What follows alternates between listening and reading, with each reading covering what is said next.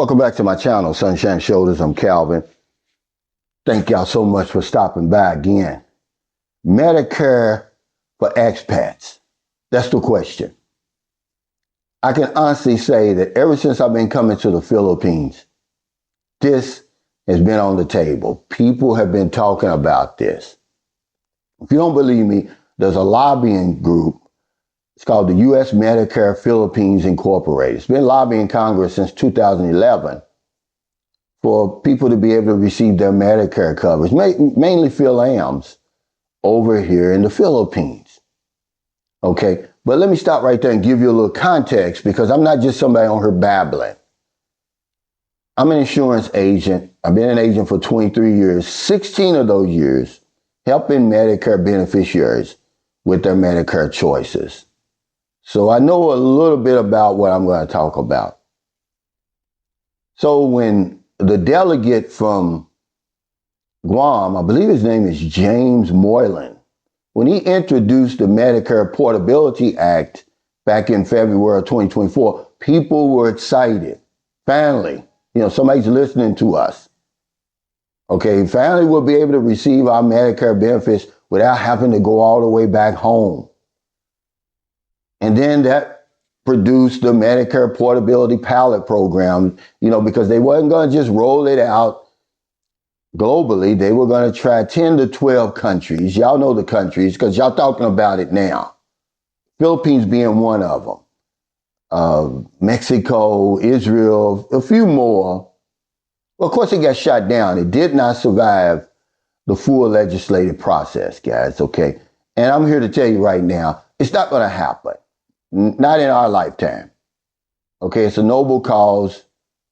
They've also got the Philippines Medicare Portability Act, which the Philippines Medicare Portability Program on the table. I'm sorry, guys, not in this environment right now, where they're cutting everything in our government from the budget. It just didn't make it. And it's going to be very, very hard to make it.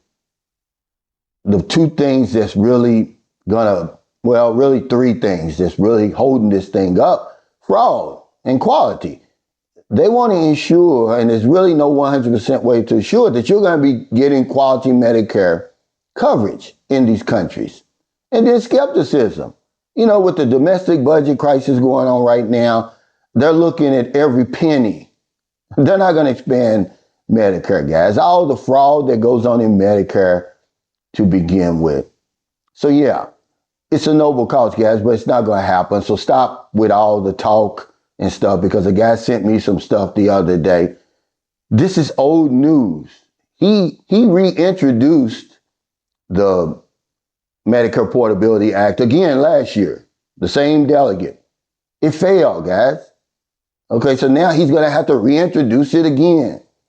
It was making some advances through the House, but hell, you still got to get through Congress, and then the president has to sign it, guys. It's a pipe dream. Okay, it's not going to happen, because as Medicare is today, right now, your coverage ends outside of the United States. And when I say the United States, I'm talking about the continental United States, Hawaii, Guam, Puerto Rico, America, Samoa, the U.S. Virgin Islands. Anything outside of that, it's null and void, basically. Now, you can get a little coverage if you've got a supplement, depending on what plan you got. They may cover you in some emergencies. You got to pay that deductible and whatever. But there's no Part D. There's no prescription plan. And you may have a Medicare Part C or Medicare Advantage plan, which offers you coverage globally, depending on the plan and everything. Check with your administrator, check with your provider. But whenever we talk about Medicare, guys, over here anyway in the Philippines, all we talk about really is whether or not somebody's going to keep their Part B or not.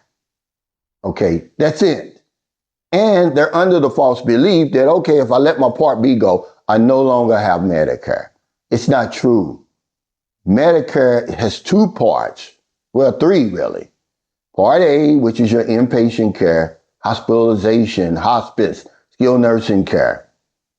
And then Part B, your outpatient, doctor, specialist, emergency room, ambulance, any type of outpatient procedure.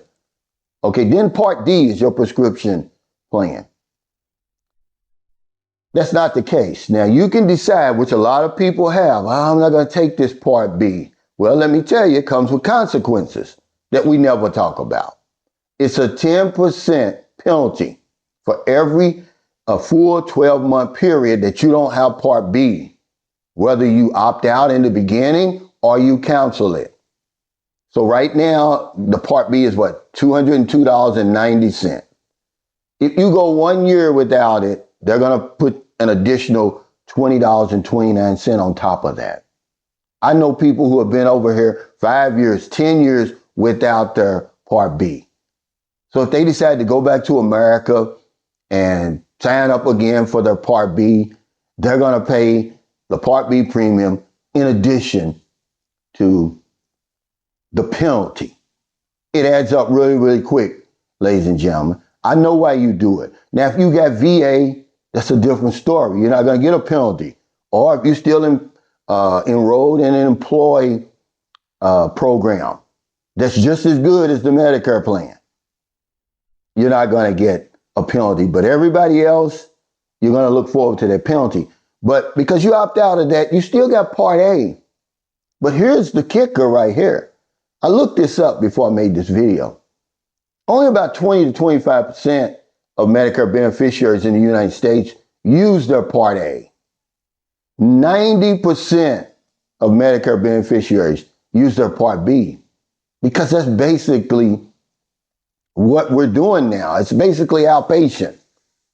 So when you give up your Part B, you're giving up a whole lot, potentially millions of dollars of coverage, for $200. Where are you going to get coverage like that, like Medicare for $200? Don't let these insurance agents fool you. Certainly the ones who sell these supplements, man. They try to fool you. They try to scare you. Oh, Medicare is not this, is not that. Remember, Medicare, you don't have to worry about pre-existing illnesses. It's effective immediately. There's no waiting periods or anything like that. Guys, you better think long and hard before you give up that insurance.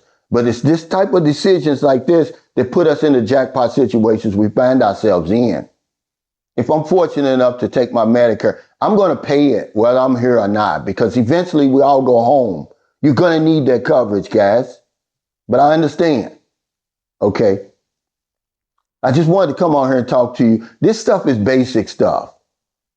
But I did want to, ask y'all to calm down about this Medicare Portability Act. It's not going to happen in our lifetime, man. It's a noble cause. I applaud everyone that's, trying to push this thing forward, but it ain't going to happen, guys. It's too much involved, man. Not right now. There hasn't been an administration since 2011 that even wants to look at this. They even wants to consider it. Okay? Let alone approve it. It may make it out of the House. A lot of stuff makes it out of the House of Representatives. Okay, that's really the initial process. But making it through Congress and getting the president's signature, yeah, good luck with that. So thank y'all so much for stopping by. If you're in America, if you're in the Philippines, wherever you are, find in your heart to help somebody. Not a day goes by that I don't help somebody. Because if I don't know anything else, I know this one thing for sure. When we help other people, we help ourselves. Take care. Stay safe. Stay out of trouble. I'll see you next time. Don't do anything stupid. Think long and hard before you get rid of that Part B. Okay, if you decide to move overseas, before you move over here, guys, take a look at all your options. What insurance am I going to have when I get over here? Because y'all know that Michael Onstad, he's like the resident insurance agent over here. I'm retired. He'll help you with Pacific Cross or whatever it is to get you some type of coverage, but you're going to be scrutinized. Okay, if you got pre-existing illnesses, yeah, it's going to cost you more. There's going to be waiting periods. You don't get any of that with Medicare, but this is something that you have to think about. But if you do say, I don't want Part B, you still got Part A. So if you need a major surgery or something, you'll still be able to get it with your Medicare, minus, the deductibles and everything. You got a Medicare and You book, but you never read it. You say, Cal, how do you know? Because I sit down literally with thousands upon thousands of Medicare beneficiaries over 16 years, man. They never read that book when they get it in the mail. I think that the Medicare said, hey, we need to cut down on costs. I don't even think they send it out anymore. I think now you got to access it online. I could be wrong because people were wasting it, throwing it in the garbage. Most of the time it was sitting on the table, collecting dust. But all this information is in there. This is basic stuff. Okay? So take care, y'all. Stay safe, and I'll see y'all next time. Finally got out the BGC. I'm going to make some coverage. Not coverage, footage about that. It's really nice up here. But this is something serious.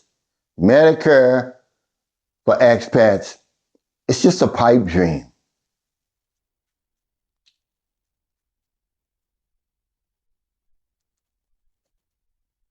Boots on the ground, don't do nothing stupid. Give that man his flowers, a tribute through music. If I don't know nothing, I know one thing. When we help others,